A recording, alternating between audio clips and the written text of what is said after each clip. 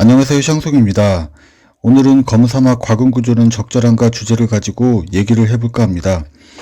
국내 게임 기준에서 볼 때 검은사막은 대표적인 순한맛 과금 구조를 가진 게임입니다.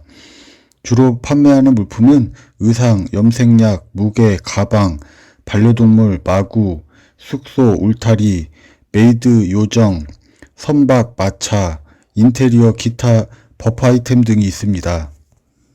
생활 및 뷰티 아이템들이 대부분이고 게임의 편의성을 올려주는 무게와 가방, 그리고 장비 강화를 도와주는 아이템이 소수 있습니다. 장비를 팔지 않고 장비 강화를 도와주는 쿠론석, 발크스의 조언 등도 횟수 제한을 걸어놔서 돈이 많다고 해서 갑자기 좋은 스펙의 장비를 맞출 수 없는 구조입니다.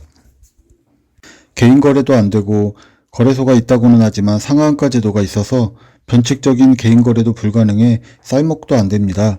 게다가 과금러는 밸류 패키지를 사용하더라도 펄 상점 아이템은 수수료 30%를 공제하기 때문에 펄 상품을 팔아서 운하를 수급해서 완제품을 맞추는 것도 쉽지 않습니다.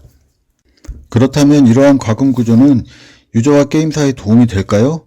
일단 게임사 입장에선 투력 인플레이션을 어느 정도 방지할 수 있고 여러가지 펄템들을 오랜 기간 출시할 수 있지만 단기간 드라마틱한 매출을 달성하는 건 불가능합니다.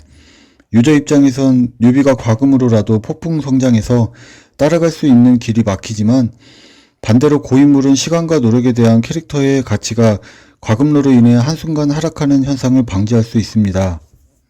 게임사는 장기간 게임 내 전투력 양극화를 최대한 늦추면서 수익을 창출할 수 있고 유저는 인게임 플레이에서 캐릭터의 가치 보존 아래 그 외적인 상품을 구매할 수 있습니다.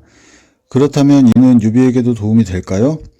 뉴비 입장에서 과금이 아닌 은화를 벌어서 장비를 맞추고 꾸준히 플레이하기 위해선 아이템 가격이 안정되어 있어야 하는데 검은사막은 두 가지 장치로 이를 적정하게 유지하고 있습니다.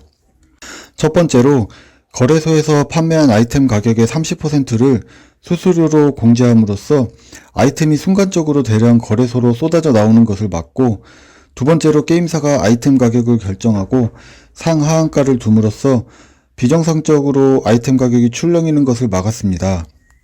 이는 자유시장 경제를 침해한다고 볼 수도 있지만 현실 세계 경제에서도 국가가 개입하지 않은 상태에서 무한 자유시장 경제가 얼마나 허무하게 무너지는지를 과거를 통해 수차례 경험한 바 있는데, 하물며 게임 속 세상은 무한히 재화가 생산되고 유저가 얼마든지 그 세상을 들락날락 할 수 있는 구조이다 보니 게임사의 개입은 불가피하다고 생각합니다.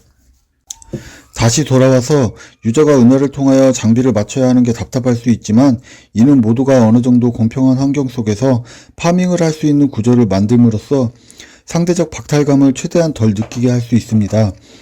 그리고 파밍 영역과 과금 영역을 나눠 놓음으로써 과금을 하면서도 무과금이 될 수 있는 부분을 최소화했다고 생각합니다. 예를 들어 보겠습니다. 인게임 장비와 강화제를 무한대로 파는 게임에서는 웬만한 과금으로도 따라가기 힘든 영역이 있어 애초에 게임을 포기할 수 있고, 오픈부터 무과금으로 꾸준히 플레이에 준수한 스펙까지 올라온 경우 그런 사람을 보고 뉴비가 돈을 쓰기에는 손해보는 느낌이 들 것입니다.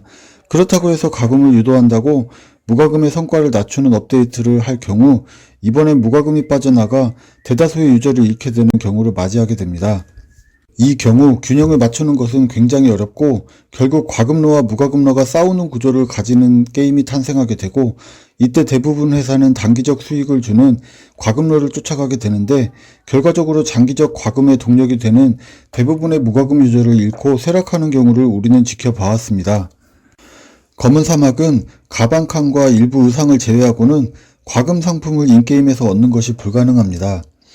가끔 거래소에 올라오긴 하지만 경쟁이 치열하고 극히 일부 과금 상품만 거래소에 등록할 수 있습니다. 이는 인게임 전투력 관련 재화를 과금으로 살 수 없는 구조와 함께 과금 상품을 구매할 때는 모두 공평한 금액을 지불함으로써 상대적 박탈감을 줄여줍니다. 이는 과금 상품이 인게임 전투력 파밍에 관여하는 것을 최소화하고 나의 인게임 플레이가 다른 유저의 과금 상품 딸깍 한 번으로 따라잡히는 것을 방지하여 게임에 더 집중할 수 있게 하는 원동력이 된다고 생각합니다. 이상으로 검은사막 과금 구조는 적합한가? 대해서 생각해 보았고, 제 짧은 식견으로 세세한 부분까지 판단할 수 없지만 과금러와 무과금러 사이에 상대적 박탈감을 줄여주어 게임을 오래 지속할 수 있는 환경을 제공한다는 면에서 적합하다고 생각한다는 말씀드리며 영상을 마치겠습니다. 감사합니다. 행복하세요.